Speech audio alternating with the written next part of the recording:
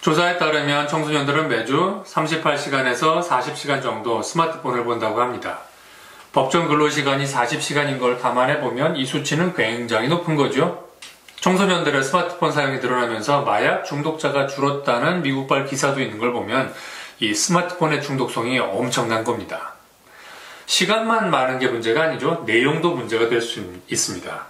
아이들은 스마트폰을 통해서 성적인 영상 또는 폭력적인 영상을 부모 몰래 볼 수 있게 됩니다. 그래서 부모님들이 많이 걱정을 하시는 거죠. 어떻게 할까요? 스마트폰을 뺏을까요? 어쩔 수 없으니까 그냥 방치할까요? 아니면 지구상에서 그냥 싹 스마트폰을 다 없애버릴까요?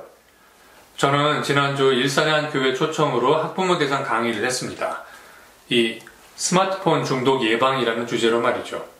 그런데 부모님들을 만나보면 많은 학부모들이 문제의 핵심을 놓치고 있다는 걸 발견하게 돼요. 문제의 핵심은 이 스마트폰이 아닙니다. 부모의 컨텐츠가 재미없다는 거, 그게 문제인 거죠. 생각해보세요.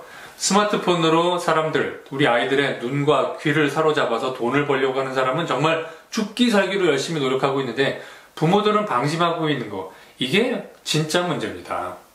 해법이요. 부모님이 제공하는 컨텐츠가 이 스마트폰을 이겨낼 만큼 우수해야 됩니다. 결국 부모님께 답이 있는 거죠. 제가 이야기를 하나 해드리죠. 미군이 월남에 참전했을 때 미군의 약 20%는 헤로인, 그러니까 마약 중독 상태였습니다. 미국 사회는 굉장히 걱정했죠. 그들이 귀국하면 길거리에 마약 중독자가 넘쳐나지 않겠냐. 그런데 그들의 걱정과 달리 약 95%, 거의 100%에 가까운 미군들은 정상적인 모습을 되찾았습니다. 그리고 그 비결은 바로 정상적인 환경이었습니다. 군인들은 전쟁터에서 두려움과 지루함을 이겨내기 위해서 술, 담배, 섹스, 마약 이런 것들을 찾습니다. 그런데 가족과 일상이 있는 정상적인 환경으로 돌아오자 더 이상 마약을 찾을 이유가 없어지는 거죠. 이 발견은 많은 질문에 답을 해줍니다. 어른들에게는 왜 스마트폰 중독이 잘 일어나지 않는 걸까요? 그건 어른들이 그나마 비교적 건강한 환경에 노출되어 살고 있기 때문인 겁니다. 예를 들어 설명을 해보죠.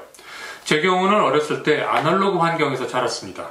디지털이라는 걸 만나볼 수가 없었죠. 그리고 성인이 되어서는 다채로운 경험을 하고 삽니다. 가족이 있고요, 직장에 출근하고 친구들을 만나고 아이들과 어울려서 놀고 있습니다.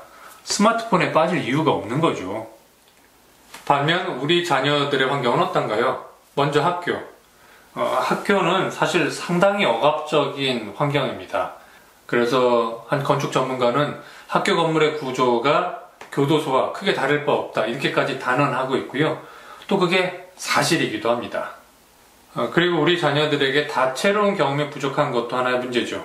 공부 외에는 신경 쓰지 마 라고 말하는 거, 이거 사실 상당히 위험한 얘기입니다. 다채로운 경험을 하지 말라는 거고, 또 스마트폰을 이겨낼 만한 컨텐츠를 개발하지 말라는 말, 결국에는 문제가 생기면 다 컨텐츠로 돌아가라 라고 말하는 것하고 사실 그게 다를 바 없거든요. 해법은요, 부모님이 스마트폰을 이겨낼 만큼 좋은 컨텐츠를 찾아내는 데 있습니다. 직접 만들지는 못하더라 말이죠. 양질의 컨텐츠는 사람들을 끌어당기게 마련입니다. 예를 들어 역사 강사 설민석 씨 보세요. 이분 덕분에 많은 사람들이 역사를 공부하잖아요. 사실 학교 다닐 때는 그렇게 싫어하던 역사를 말이죠. 결국에는 좋은 컨텐츠에 사람은 끌려가기 마련이에요. 어떤 컨텐츠를 아이들에게 제공해야 되는 걸까요? 컨텐츠라고 하니까 긴장들 하시는데 그럴 필요가 없습니다. 그냥 재미난 경험, 즐거운 추억이라고 생각해 보시면 돼요. 그래서 첫 번째, 아이들하고 노는 겁니다. 놀아주지 말고 그냥 즐기세요, 그 순간을.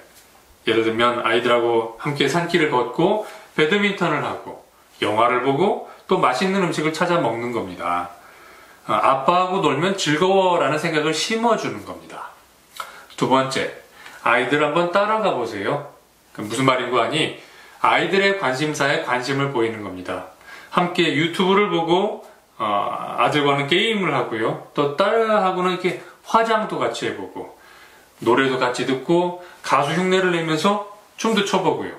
그러다 보면 아이들은 부모와 노는 게 점점 재밌어지죠.